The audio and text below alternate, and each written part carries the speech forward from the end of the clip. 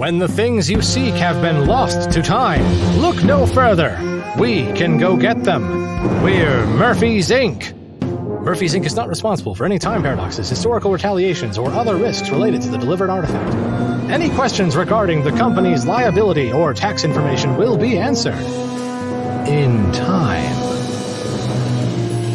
Previously on Murphy's Inc. After Michael was caught dancing with a man's wife, he found himself getting into a bit of a fight. Luckily, he was no worse for wear and was able to continue the mission, only to find himself and Daphne having arrows shot at them. Of course, they had just befriended the Protestant reformer Martin Bucer, who ended up catching one of those arrows in the leg. Hart and James had thought that they'd been kidnapped, only to find out that they were being protected by a seemingly familial figure in Xavier du Hart. Bruno pledged his allegiance to Sebastian to track down Michael and his followers. Unfortunately, it turned out that Sebastian would no longer require Bruno's assistance, so his dancing wife was put to death. Back at HQ, the librarian and Stephanie continued to conduct research into the plague affecting the city of Strasbourg, as well as the necklace Isaac as requested. Isaac and Gleason seemed to be a bit at odds, and the Shadow Squad made the jump to meet up with Murphy sometime in England.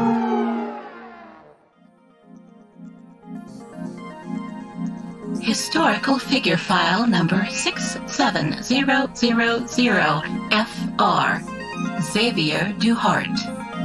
Charming, brave, yet mysterious, Xavier lives with a giant chip on his shoulder. Constantly having something to prove, Xavier is always on edge. His parents died young, leaving him in the care of a ruthless, sinister man who no doubt affected the man he became. Regardless, being born and raised in 1500 Strasbourg, France, can harden a person and cause them to lie and distrust those around them in order to survive. No one understands this concept as Xavier does.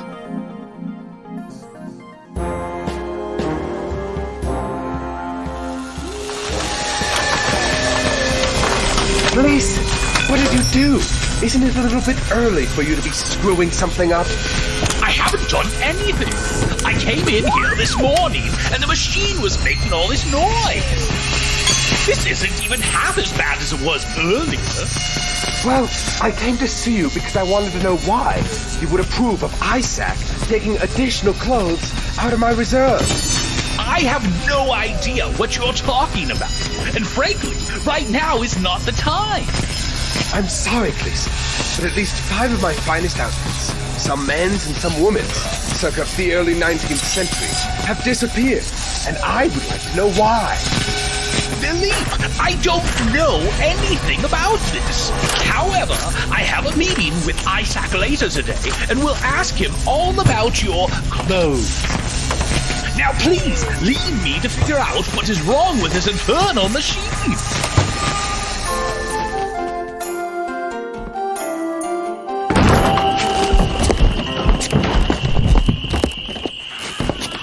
Who goes there? Are you deaf? I said, who goes there? Friar Martin? Oh my, what has happened? Here, help me get him on the table. 1, 2, 3. Will you be able to save him? It's hard to say, though it will be determined by the severity of his wound. If you would be so kind, Monsieur, hand me my instruments and assist me. Madame, if you will take that rag over there and dab it across his forehead. Yes, Doctor. Of course, whatever you need. Now, Friar, if you would, bite down on this piece of leather strap, please.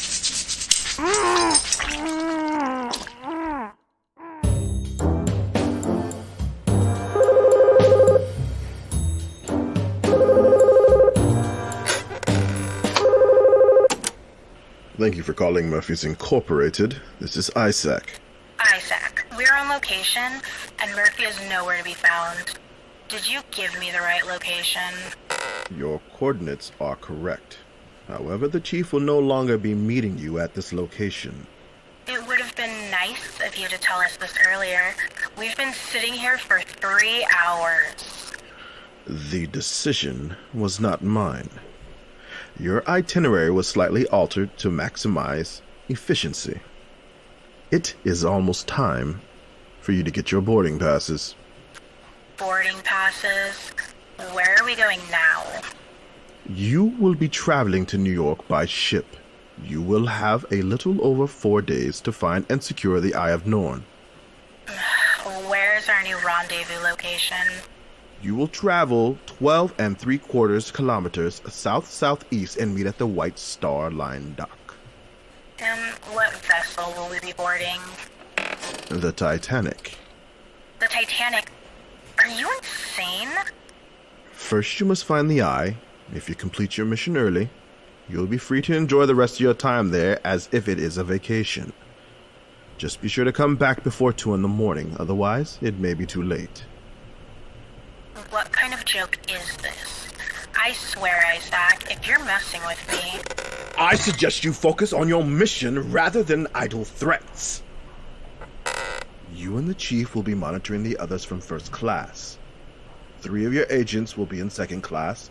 Another 2 will infiltrate the crew. I'm serious, Isaac. Don't play with me. I need to know what the exit strategy is. I do not play games, Shadow Leader.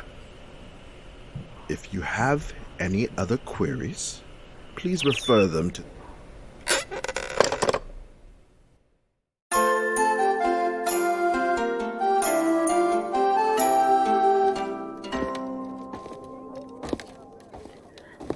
Hello, sleepyhead.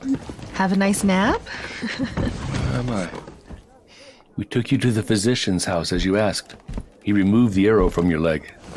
Oh, bless you.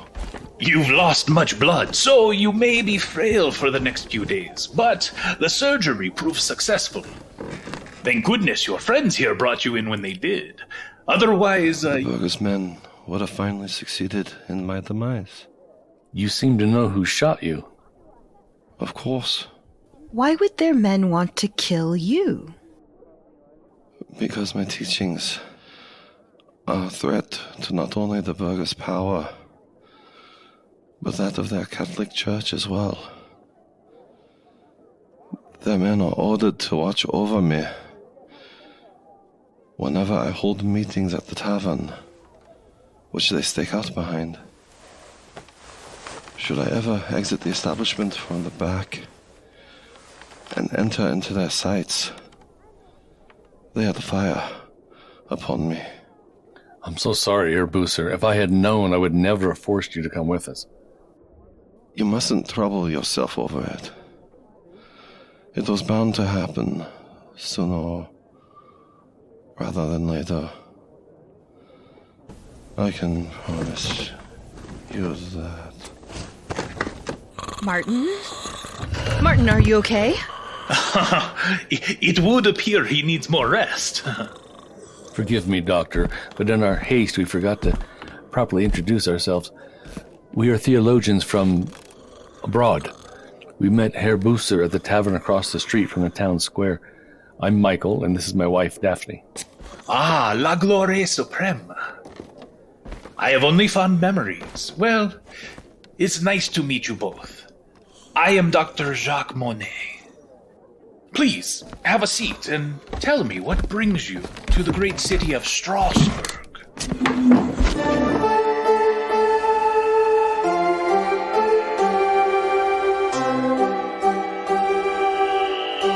Monsieur, this is the best fish I've ever tasted.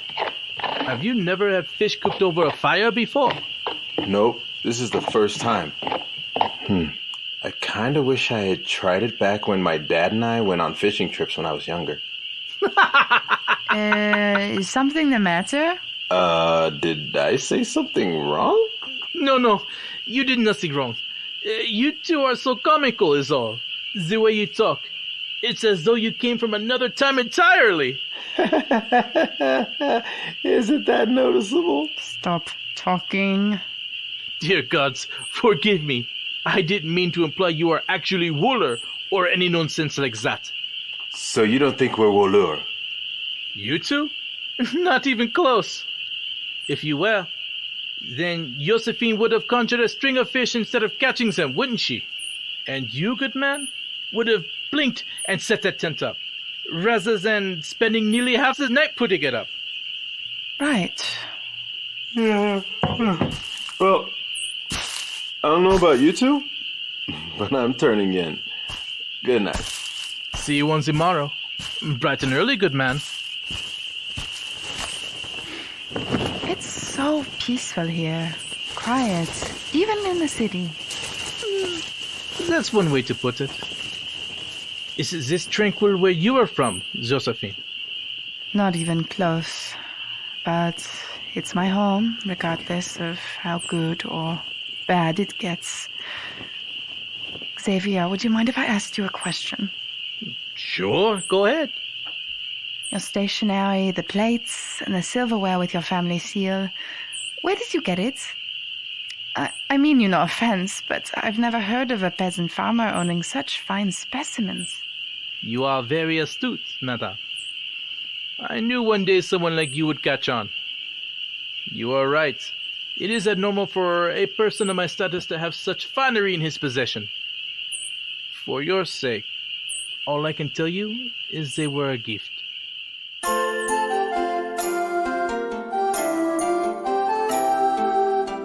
And that's how we ended up here. Incredible. You're fortunate you escaped without contracting the dancing fever yourselves. The fever. Has it been hard on you as a physician?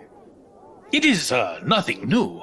There have been epidemics such as these in the past, and I am confident there will be more in the future. Strasbourg has experienced these before. Records from 1364 and 1463 told of severe outbreaks of dancing mania wherein people displayed similar symptoms. But this is different. How so? We live in a time of great tribulation, turmoil, and strife in almost all aspects of life. Whether it be violence in the streets, division over religious leanings, a recent great pox epidemic, grain shortages, or the iron fist of the burghers' rule. Our people cannot seem to free their minds of it. Thus, I've come to the painful conclusion that there will never be a remedy.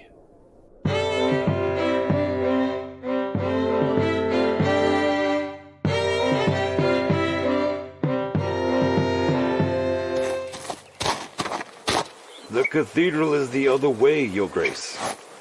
Why are we here? Patience. I need to make a short visit. I won't be long. Just a moment. What can I do? Oh, it's you. Hello, Greta. Why have you come here, Sebastian? Looking to take more taxes from me? Come now, why do you think so little of me? Because you are a snake in the grass and you are not to be trusted. Once more, why are you in my house? My sweet, I think you know why I'm here. I am not your sweet, and please remove your hand from my face. As you wish. What a lovely home you and your brother have. Do you recall what I have done for you and your brother? The strings I have had to pull for you, the help I have given you, keeping you from public scrutiny and Xavier out of trouble. Yes, and I also recall how you took advantage of me and threatened my and Xavier's lives if we dared to publicize it. How you ordered your guards to whip Xavier across his back until he bled because he spoke out against you and the burghers in a town hall meeting. I remember it all, Sebastian. Every last detail of how you have made our lives a living hell since you first entered it. My kindness and patience are wearing very thin. I've told you, No, Sebastian, don't you dare. I know your brother harbored Völur in this house. and is now on the run with them to the cathedral. If I were you, I would be on my hands and knees praying that he's able to weasel his way out of Strasbourg before my men find him, because when they do, he'll be tortured and then hanged. Once that happens, our agreement will be null and void, and I will return to collect what is mine.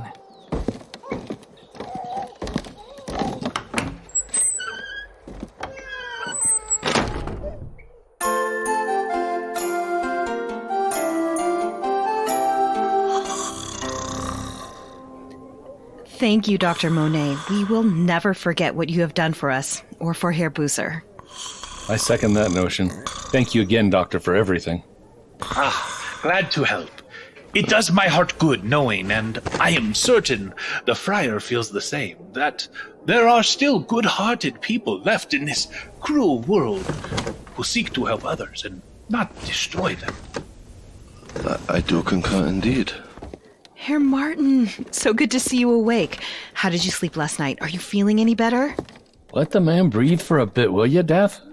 Considering the circumstances, I slept peacefully, and I am still quite sore, but I am on the mend. So long as you stay off that leg until I direct you otherwise. But of course. Herr Michael, if I could speak with you privately for a moment before you leave? Yeah, okay, sure. I was unable to tell you this at the tavern, but I knew that I had to before you left. People often misconstrue my purpose for leaving the Catholic Church and becoming a reformer. They see me as a radical, not a liberator. I preached on charity, chastity, and obedience towards God.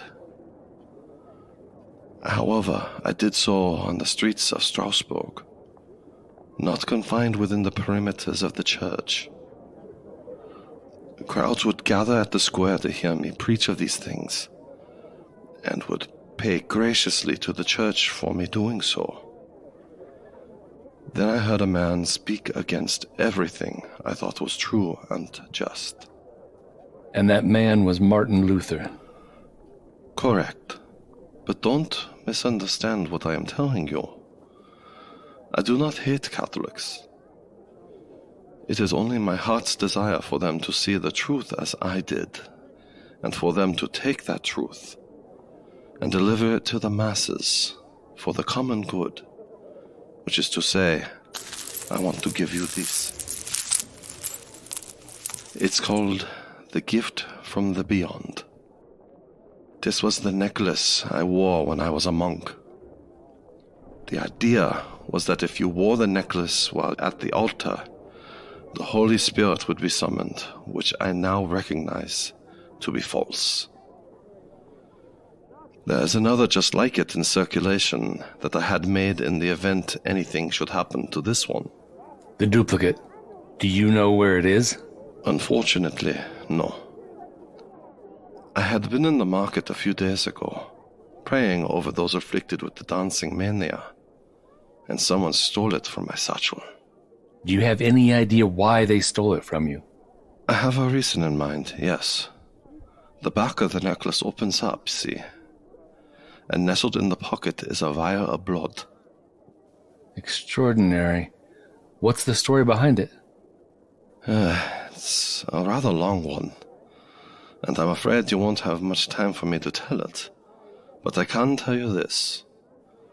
The blood is that of a martyr named Saint Vitus, and it supposedly contains healing powers. And the duplicate, does it contain the blood as well? No, which is why I think the thief knew about the necklace and myself and thought I had the real one in my possession at the market. They needed the necklace, but why? I don't claim to know all there is to know about mankind. I prefer to leave that to the Almighty. If this person believes this necklace can absolve him or heal him, then he no doubt would sink to the low of pilfering, or worse. Thank you, Herr Bucer. Herr Michael, before you go, I must again thank you for your kindness towards me. The pleasure is all mine. Are we ready to leave now? Yep, all set. Now, off you go. But before you do, may I advise traveling by boat on the Ir River? It will lead you directly to the church, and you can maintain your obscurity from the burgher's watchful eye.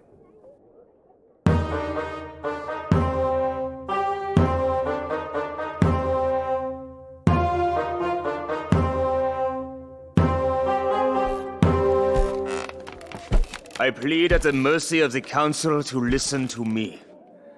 Burgelbrand, he is gone mad. It either be this dancing plague or the Völur hunt. But what he did yesterday was cruel and unusual. Even for him. Be mindful of your tongue, Herr Müller. You know better than to speak such accusations.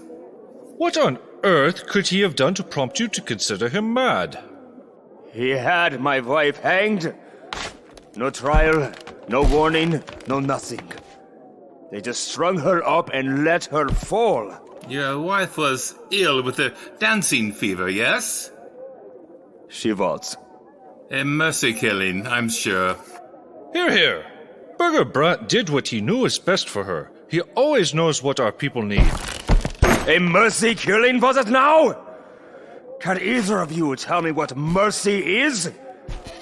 Is it hanging an innocent woman by a rope, kicking her off a platform and watching her fall, and hearing her neck snap like a twig?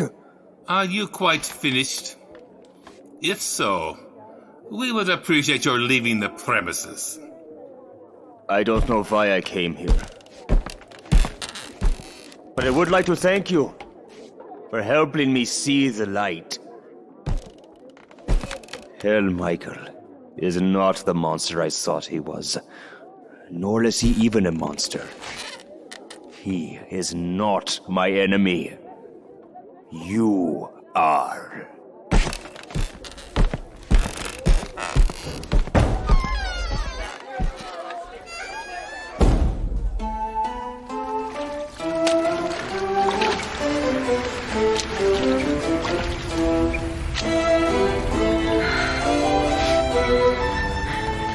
Michael? Do you think we're doing the right thing? Yeah, I guess. If I knew what you were talking about, that is. By returning this necklace to the church. After all, we are in the business of stealing historical relics, not reinstating them. Not to mention, this is the exact necklace Isaac is wanting. And who said we would be returning it? You did, sorta.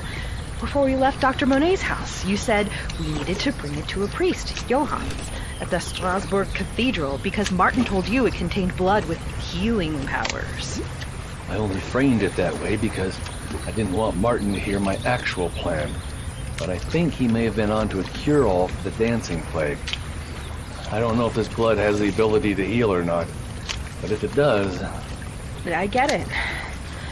So, we go see this priest, show him the necklace, and convince him to use it on the dancing zombies?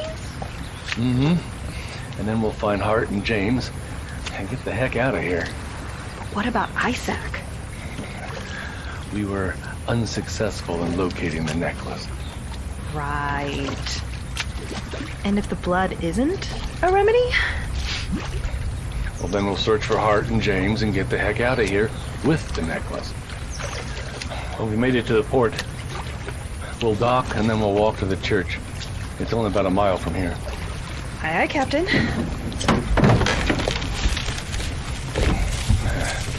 All right.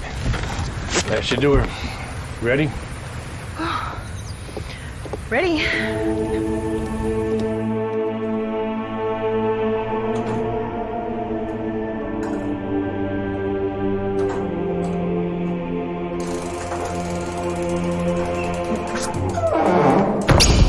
I do believe this is the most gorgeous church I have ever stepped foot in.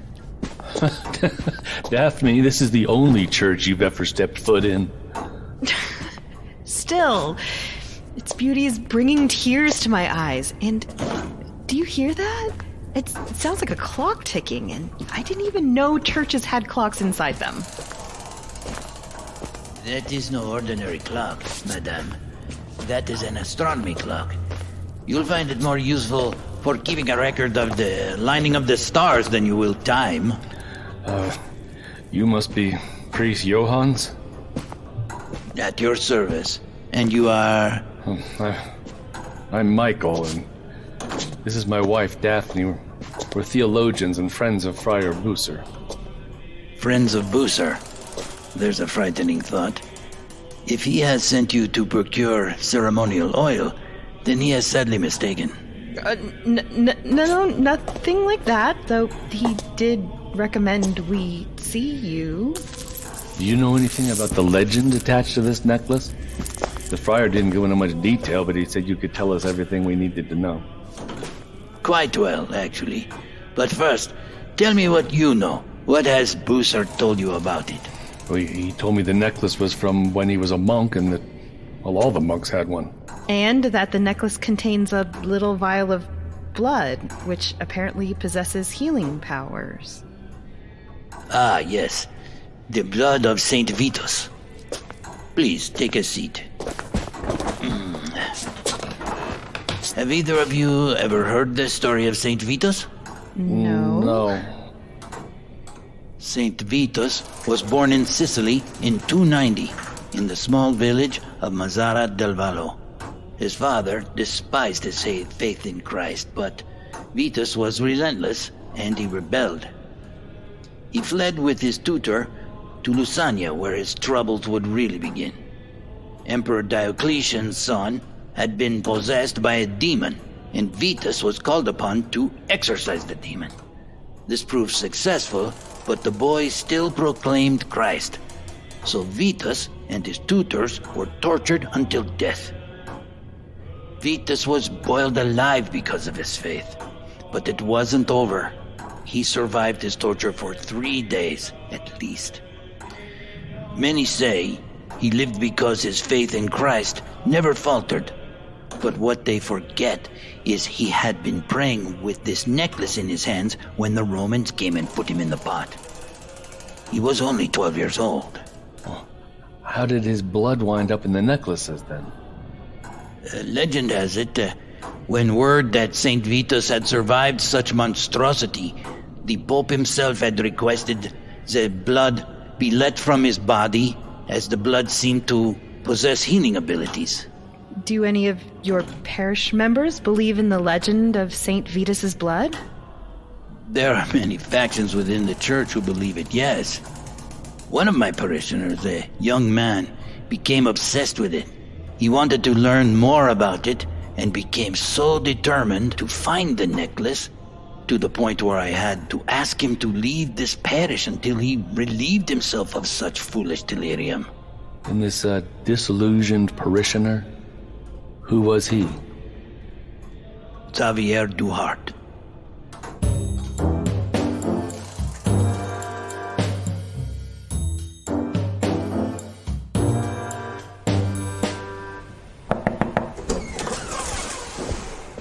Isaac, we need to talk. Mr. Gleason, to what do I owe the pleasure of this unscheduled consultation? I assume you know why I'm here. I never assume, Mr. Gleason. In fact, I'm quite sure you are here to either ask me about missing clothing or what seems to be wrong with the machine. To answer both questions, it would be our shadow squad. Now you're going to ask what that is and why I failed to inform you about them. And my failure to acquire your approval to use the machine. Well, yes. We could have avoided a tremendous amount of confusion and downtime with the machine if I had known what was going on. For months, I have been talking about the machine acting funny and putting in many hours to try and keep it functional. Which is why I had to streamline the process. While I would have waited for your approval, an anomaly that required my immediate attention came up. You must remember, Murphy's Incorporated will not be held accountable for time paradoxes. However, we will not allow our subordinates to cause them either. What anomaly? What is this Shadow Squad? I have been in Murphy's employment for longer than you, and it has never been mentioned before. Up until now, only the Chief and I were privy to the details of the Shadow Squad. Due to your work-out-of-class status, you now have full access to all departments and their resources. I have always had full access to everything. Murphy has never hidden anything from me. Unless it were absolutely necessary to avoid an issue with the timeline. I want all files regarding this Shadow Squad, a detailed outline of all department heads, their subordinates, and their duties immediately. The documents that you have requested, along with the detailed itinerary and backlog of Shadow Squad's findings, have been sent to your tablet. Thank you. You've authorized multiple jumps with my machine? How dare you? How did you gain access? I am almost always with it. There is no way you could have done this much without me knowing. Without my presence, something catastrophic could have happened. Your machine? Mr. Gleason, please do not mistake your personal possessions with the sole property of Murphy's Incorporated. Enough! Moving forward, you will not make any moves outside of paying the bills without my express knowledge and approval. Expect a note of defiance to be added to your personnel record by the end of today. Understood. Oh, where are my manners? You have been here for quite some time, and I haven't offered you any refreshment. That is not necessary, nor is this... From the Eleanor itself, 1773, Boston, Massachusetts. It was confiscated from one of your previous interns during their debrief after a mission. You see, it wasn't on the list of items to be retrieved that day. Therefore, it is contraband. The intern implied that they were assigned this task by Daphne. When we questioned her, she responded with, they weren't going to use it anyway. Well, Daphne is known to procure a few extra items on missions from time to time. I don't see what the harm is. I'm sure it wouldn't have had any effect on the timeline. No, there is no harm in trivial matters when approved. This leads me to ask if you approved of this extracurricular excursion, Mr. Gleason, and if so, why haven't the logs been forwarded for filing? I will talk to Daphne when she returns. And what about this anomaly you mentioned earlier? Good, and I will expect to see her note of defiance alongside mine by the end of the day. Wait, what are you talking about? Please see yourself out, as I must take this call. Do enjoy the tea.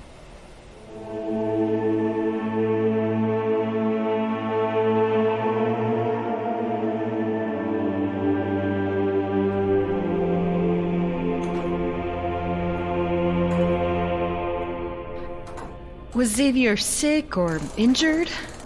Not physically, Madam Daphne, though spiritually he is unwell. You see, legend has it, St. Vitus' blood can not only heal physical detriments, but spiritual ones as well. I'm sorry, Father, but I don't understand. Absolution. He can absolve someone of their sins. What would this Xavier Duhart need to be absolved of? If only I could know the answer to that. He appeared one day and took confession with Father Robert. Afterward, I saw him leaving, and I noticed he looked upset.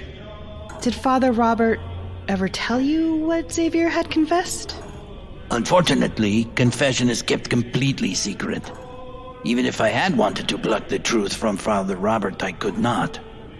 He, too, became ill with the dancing and died nearly a week ago. He came down with the plague just like that? Candidly, Herr Michael, I didn't see him dancing until after a basket of bread had been delivered. Father Robert had gone to take communion with the bread and started dancing soon after. Do all of your congregation members partake in communion? It is required of all members.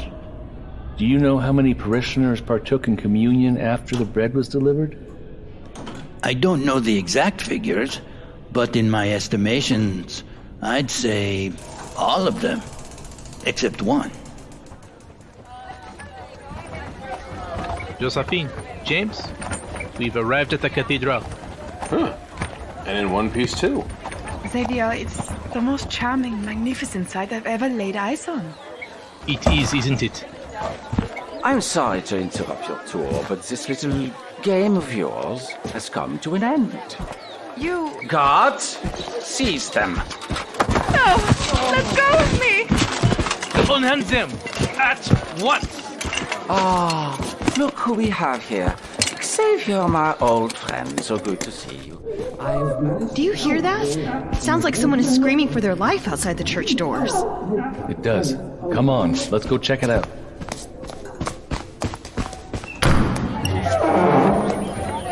Oh my gosh, is that Hart and James? Michael? Daphne? Is that you? Well, if it isn't this Herr Michael I've heard so much about. Seize them. Thank you, Father Johannes, for rounding up the last of them. You shall be rewarded greatly for your contributions. Oh, thank you. Thank you, Your Grace. I shall never forget your kindness. You backstabbing bastard. Now, where were we? Oh, yes, guards. Take them to the Maison d'Arrêt where they shall be detained until their trial is to start. Yes, Your Grace. Michael, what are we gonna do? I'm going to get us out of this, I promise. Wait! What now? I have something here in my pockets that will interest you. It's yours only if you agree to release my friends and myself and clear us of these Seder charges. Josephine, no! What are you doing? Saving us. Deal. The cadeau de l'au-delà. Priceless, as precious as gold or silver. Powerful enough to enthrone me over all the empire. Detain them. The stakes await them on the morrow. We had a deal! My dear child, were you not taught to distrust serpents? For their tongues are forked. This is it. We're gonna die. We're gonna die. We're gonna Pull yourself together. Michael has a plan, don't you? Mm-hmm.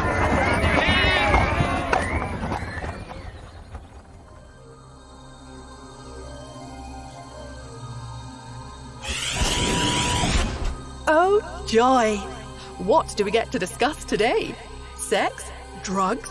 How about rock and roll? We should get back to discussing your employees.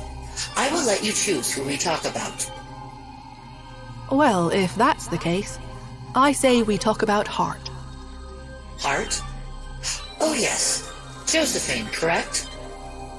I would advise not calling her that to her face. She prefers to be called Hart. Noted. She seems very important to your organization. Everyone on my team plays a vital role, but Hart is on another level and can be called on to cover just about any section in operations. Please explain. How about some backstory to start with? Agreed. I was looking at my current staffing and realized that some changes would need to be made in the next number of years. My team was getting rebellious, making decisions without involving me, selling items they would obtain for their own profits, and just general insubordination. I thought we were going to talk about Josephine. I imagine your kind are not good storytellers. Anyways, I became aware of Josephine Hart when she was 16. I was planning for a future head forger. While looking at art schools, one of my agents came across her work. She could create almost perfect recreations of Leonardo da Vinci's Mona Lisa, Vincent van Gogh's Starry Night, and even made a miniature of Michelangelo's David out of marble. Because I didn't need her right away, I knew this would be a great opportunity to shape her life in a direction that would benefit me. What exactly do you mean? How did you shape her life, and how did she eventually come to work for you? Ultimately, some would say that I did both through some nefarious means. So trickery. Not trickery, per se. More like clever planning. It did involve crushing dreams. Seems like that might be below you. Does it? It does, but please do explain. When Hart was applying to universities, I had to get her denied from a couple of art schools that were at the top of her list. She ended up having to go to a lesser school, which would be the same school I was sending Daphne to. The next step, and probably the easiest, was to fix it so they would be roommates. Interesting. By that time, Daphne's English was so good you wouldn't have known she was born in Korea. She also pushed herself to learn about history and was able to blend into her new time period. I was able to have Daphne do some light interning for me, and I knew she wouldn't be able to resist telling someone. It took a little longer than I would have liked for the two of them to grow close enough, but finally, they tried to sneak into the past by bribing Gleason. Upon their return, I was waiting for them, and knew Hart would be hooked. I also made her a deal she couldn't resist. What kind of deal? I told her that I would cover the cost of the rest of her schooling, and then she would come to work for me for 5 years. And she's been with me ever since. We find your tactics questionable. I get results. Was Daphne in on your plan all along? No. I care about Daphne more than anything else, but even with her, I keep things close to the chest. And how do you suppose Hart and Daphne would feel to find out that their friendship was a sham, all for your benefit? I don't ever intend on telling them, and anyone who might have any knowledge of the situation is no longer with us. You should spend more time on inward reflection. I will tell you there is coming a time when you will have to reconcile these transgressions with the people you've committed them against.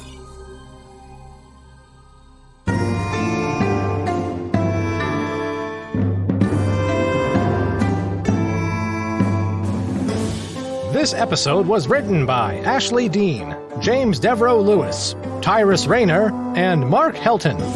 Directed by James Devereaux Lewis. Produced by Mark Helton, James Devereaux Lewis, and Tara Eon.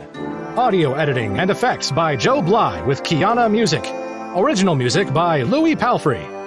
Original artwork by Lawrence and Diego Iriarte. This episode featured the voice talents of Kirsty Harrison as Murphy, Jenny Helton as Daphne, Shandon Loring as Michael, Mark C. Helton as Gleason and Dr. Monet, Tyrus Rayner as Isaac, Carrie Hampton as Hart, Quinn Cafferata Jenkins as Philippe, Kaz Chandler as the Librarian, Stephanie Bauman as Intern 1, James Devereaux Lewis as Intern 2, Caitlin Cole as Autumn, with Anita Kelly as Sylvia, Michelle Calhoun as the Interrogator, Remy Savard as Sebastian Brandt, Cassandra as Shadow Leader, Spencer Stoner as Martin Bucer, Angel Kabarlock as Xavier Duhart, Brian Murphy as Priest Johannes, Nicole Shader as Greta Duhart, C.R. Edwards as The Guard,